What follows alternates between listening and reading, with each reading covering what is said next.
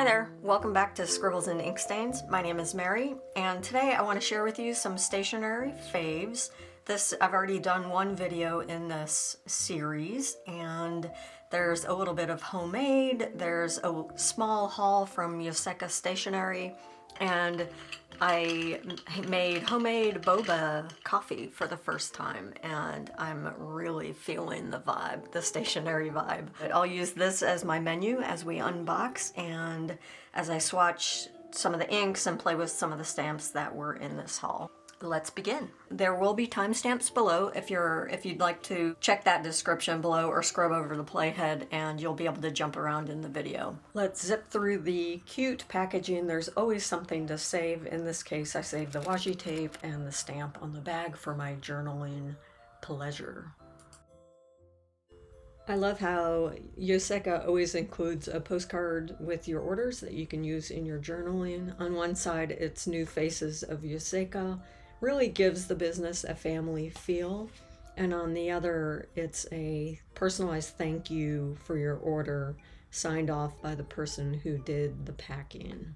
It's a lovely gesture, and I enjoy having the postcards. They also included not one, but two of the Yoseka stickers in my order, so I feel lucky. There isn't going to be much to say about these ink pads until you see them in action, but I did pick up two colors of the Sachiata stamp pads, one in tangerine and the other is navy blue.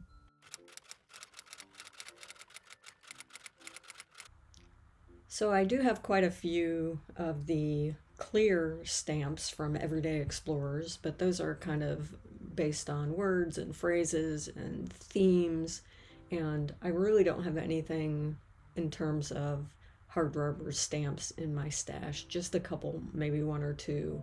And these really appeal to me. These are put together by Hours, a collaboration between Hours and the artist Koopa. Hours is a Taiwanese collaborative group of friends who love planners and illustrations, and I adore these postage stamp themed stamps. There are three of them. The motif in the center of each of the postage stamps is line art based on classical busts or classical statuary, and that is absolutely my vibe.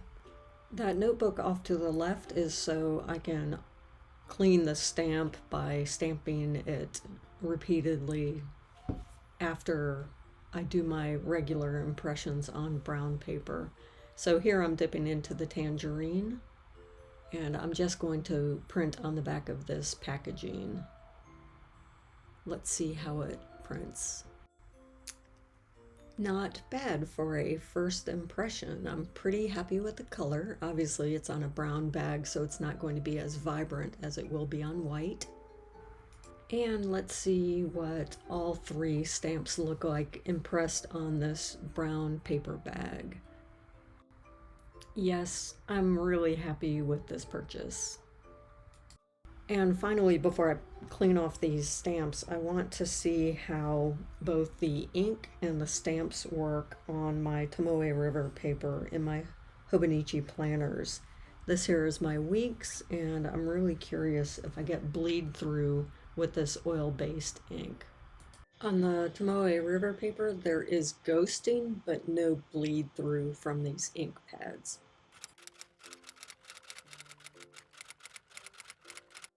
Just before the time of the filming of this video, Yoseka had a pop-up store featuring the work of Taiwanese artist LCN. I'm not even going to pretend to pronounce the name because I will butcher it, but I did purchase one item from that collection. This is an intriguing material, which is why I picked it up. It is a metal stamp, and in the back of my mind, I have the idea of, since I have a little bit of leather and I've been bookbinding and making my own leather TN covers, check up in the cards for a link to a video that I posted on a little leather TN sketchbook cover I made. But since that's in my repertoire, I thought in the back of my mind, well, I could use metal stamps to do some leather embossing. So if you stick around until the end of this video, you'll see me use that metal stamp to emboss both that leather cover of that TN sketchbook cover, and then because I damaged my official Travelers Company cover with a little ink stain, I decided to go ahead and do a little embossing on that official TN cover just to try to rectify the fact that I sort of smudged purple ink on it and had damaged it anyway. And finally, in addition to stamping on my Hobonichi paper, you'll see me apply this metal stamp to my traveler's notebook insert, and it's beautiful. It works really well. It's a little weird because it's metal and it feels like it's going to cut things, but again, stick around to the end of this video if you'd like to see this embossing leather.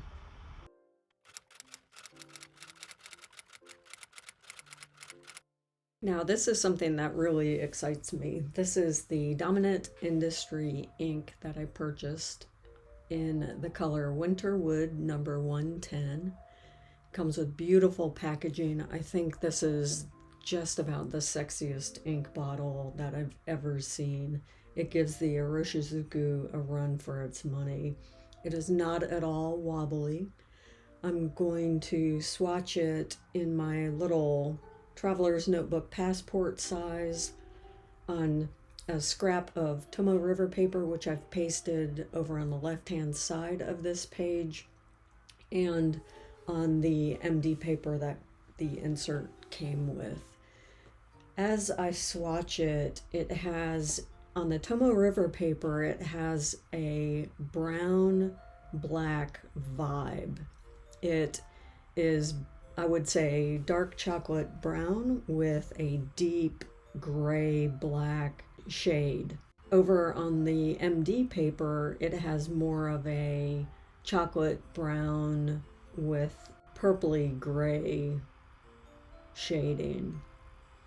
I'll definitely get some close-ups now. This is such an alluring ink that I end up just dipping my Kaweco Sport Macchiato with a broad nib into the ink and writing out some samples on both the Tomoe River paper and the MD paper, and I obviously fall in love with it.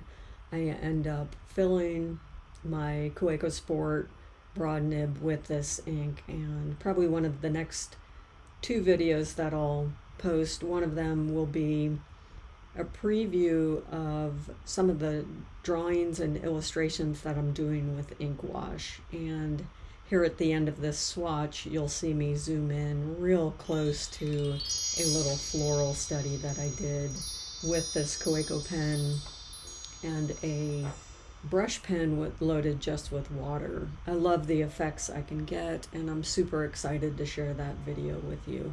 The other video that will be coming up next will be what's currently inked. I head back to work next week, and I just really need a better system with what I'm inking so that I can always have fresh, lovely inks to play with, so I can play with all the samples in my collection, and so that I can always have on hand the inks that I need when I'm doing my drawing work. So more to come on that.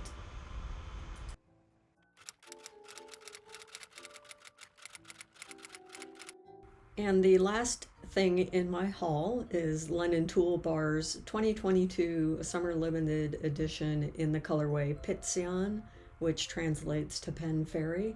And I'll just read off the Yoseka site if you're not familiar with this series of 4 inks. And this is right from the website, being an island of nature, Taiwan has tales of all kinds of spirits in the ocean, mountains, and plants. The Summer Limited collection, All Kinds of Spirits, introduces some popular spirits, including the Aunt Tiger, who scares kids, the Naughty Mountain Elves, the Aunt Chair that guards children, and the Pen Fairy, who is summoned in classrooms. Now, to me, it's not clear whether when the children summon the pen fairy, whether they're up to mischief or whether it's some kind of talisman. But either way, since I return to the classroom next week, this was a must to me. It's also that wonderful neutral grungy color that I love to draw with so much, so this was a no-brainer for me. You'll see me again swatch it in my little passport insert. On the right hand side is the MD paper. On the left hand side, I've pasted a little swatch of the Hobonichi Tomo River paper. And just to walk through some of the characteristics of this ink, since it's a little bit faint to my eye here in the recording, this is a much cooler ink than the Dominant Industry ink that I just swatched. This one is out of a pen. I would expect it to be a mid-value gray. Any shading in this ink is going to be a almost cooler gray on the Midori paper and almost a plummier gray on the Tomoe River paper. In closing, I just want to share how deeply I've dove into the rabbit hole and how I have completely decided to geek out on this stationery lifestyle. I decided to make homemade boba tea since I don't have any establishments in my area, and it was fun. It was really easy. I tried but did not screw it up, and when I was about to screw it up, I was able to figure out how to work with the dough, and I highly recommend it. The taste is amazing.